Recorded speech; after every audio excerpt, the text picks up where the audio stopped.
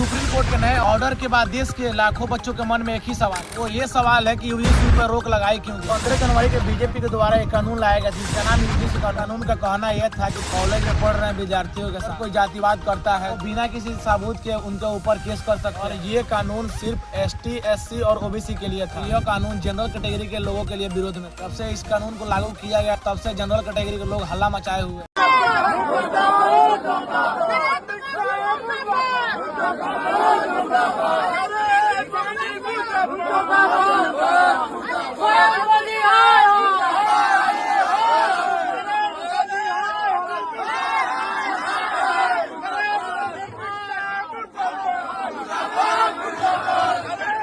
समर्थन है वो, नहीं तो आज 10 दिन बाद बकरे की अम्मा कब तक खैर मनाएगी। 10 दिन बाद दिल्ली में देख लेना, इससे पहले हमने घेरा नहीं।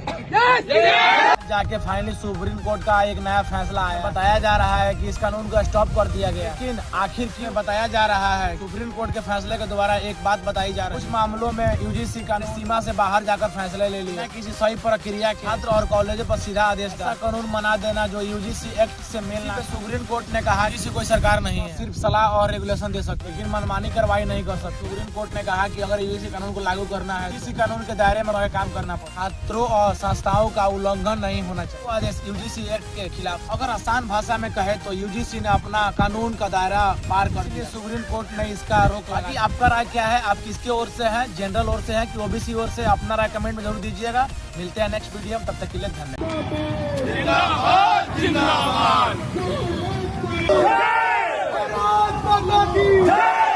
यूजीसी बिल वापस लो, यूजीसी बिल वापस लो,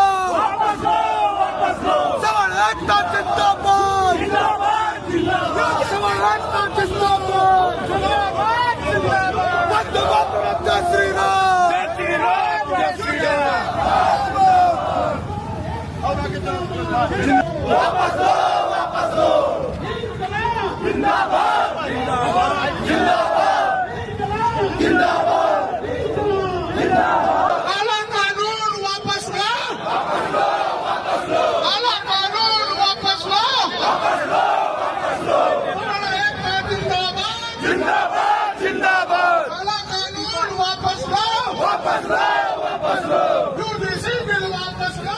बिंदु है, लेकिन जब हमारे गर्दन पर आप तलवार चलाएंगे तो मजबूरी में हर आदमी को बोलने का अधिकार है। उसी के अधिकार के अंतर्गत ये बोला जा रहा है। लेकिन जो पिछड़े और दलित, तो बिना सबका वोट पाए कोई नहीं जीतेगा।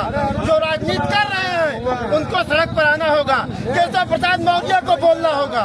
अगर ब्राह्मण नेता नहीं बोल रहे हैं, क्षत्रिय नेता नहीं बोल रहे, चलो बात बनती है। पिछड़े और दलित क्यों चुप है कि ये कानून गलत बना? हम भाजपा के सभी पिछड़े दलित नेताओं से मांग करते हैं, आप इसका विरोध करो। भाजपा के प्रदेश अध्यक्ष विरोध करें, भाजपा के राष्ट्रीय अध्यक्ष विरोध करें। जितने पिछड़े और दलित के नेता हैं उनको इस कानून का विरोध करना पड़ेगा।